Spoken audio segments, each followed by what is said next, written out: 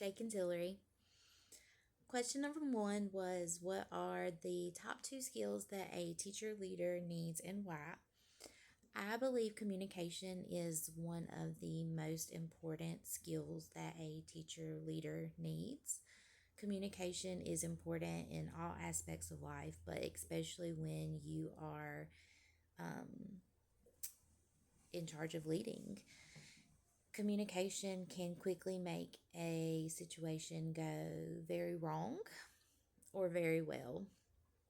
It's the gateway to building great relationships, which is what you really want, especially if you are in the mentor mentee relationship.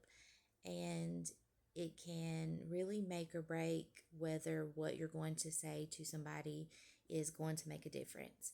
If you communicate it well and you are building that relationship with them, then you could really make a difference, and that person is going to take what you say to heart. However, if the communication is lacking, that can really damage a relationship right from the start, and not a lot of what you are doing or saying from that point on is going to matter. So, communication can be vital for a teacher leader. I also believe that problem solving is another skill that is very important. As a teacher leader, people come to you for guidance. And when they come to you, you need to be able to help them solve their problems or help them figure out how to solve their problems. As a teacher leader, you want to be able to also teach them in a way that you are giving them the tools to be able to figure out their problems for themselves so that in the future they can problem solve. That way, you're not always problem solving for them, but you are teaching them to do that and giving them the tools and resources to do that. I also looked at problem solving as also being able to have the skills for conflict management. So, as a teacher leader, being able, when you're in a situation, to manage that situation, and depending on where that situation is going, being able to kind of read the situation and handle it based on what's happening and kind of guide it to where it needs to go and navigate that situation so that you get the outcome that the group desires. So, those are the two skills that I believe are really important for a teacher leader. And then, question number two was the top two dispositions. I believe being supportive is very important as a teacher leader. When you are a teacher leader, you have people that are coming to you, and they're coming to you for guidance. They are coming to you because they, in the field of education, things are always changing. We get really busy. Lots of times there's lots of things thrown at us. And so, especially in my field, I'm the special ed lead teacher. And so I constantly have my SPED teachers coming to me for guidance, for help. Our laws and rules are always changing. And I always want to be supportive because I want them to feel like they can come to me. And I don't want them to ever feel like they can't come ask me a question, or that they're going to do something wrong and I'm not going to be there to support them. I always want them to know that I'm on their side, and I want to help them become better. So I think being supportive is very important, but also being flexible. So depending on the day, as a teacher leader, you have lots of responsibilities and probably lots of different roles that you play day to day. And so being flexible is very important. And I also think that plays into supportive a little bit because I may have on my schedule to do this, this, and this, but if somebody comes to me and they're needing help with a certain thing, or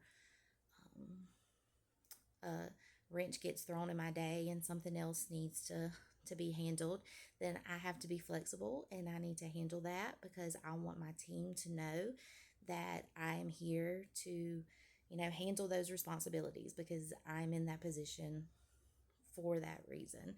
So I believe it's important to be supportive, but also flexible as a teacher leader. Number 3, choose 2 strategies that would be best to reward teacher leaders and why. The first one I chose was comp time.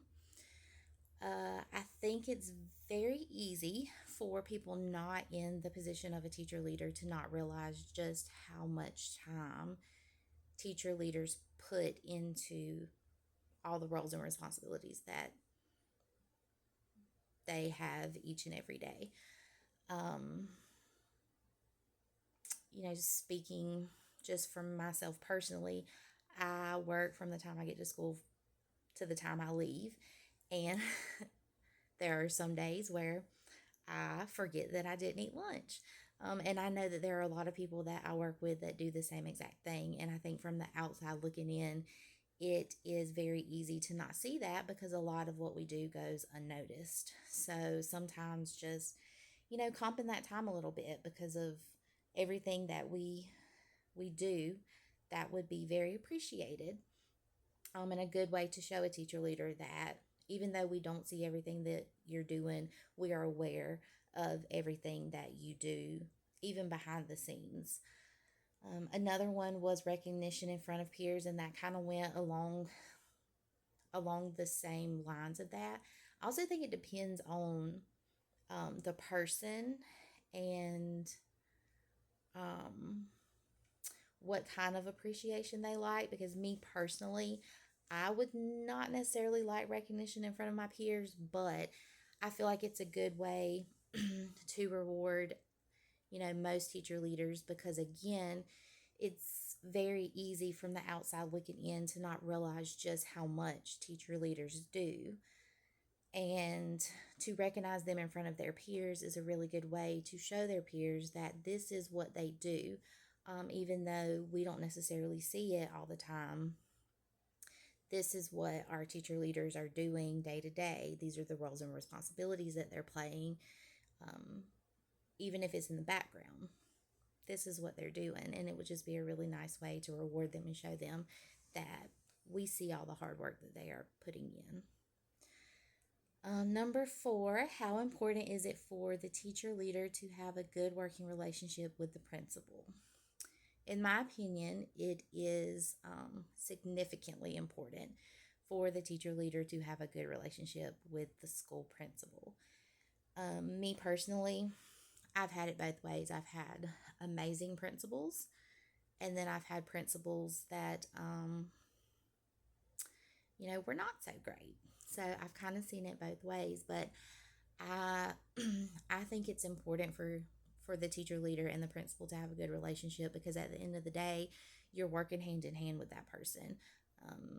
Having a good collaborative relationship with the principal builds a really good foundation for great things to happen within the school. I know with my principal, in the beginning, we really had to build that relationship because we were both brand new. We didn't know each other very well.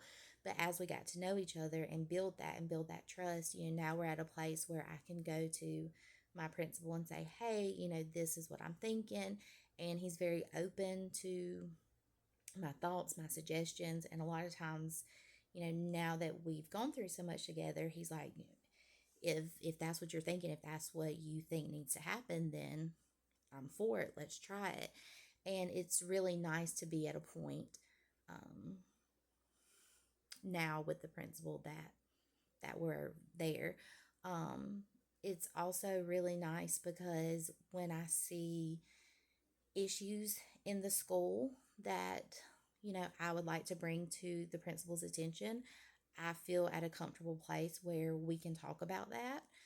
If I see places where I think maybe something could be done or maybe a discussion needs to be had about something that could help with student achievement, I feel like we're at a good place where we can have that conversation. And all of that goes back to just having a really good partnership with the school principal. So, without that really good relationship, a lot of those things would go uncommunicated. And I think that would be a lot of missed opportunities for a lot of good things to happen within our schools. So I'm very thankful for the good relationship that I have with our school principal. And I think it's really, really important for teacher leaders to have good working relationships with their principals.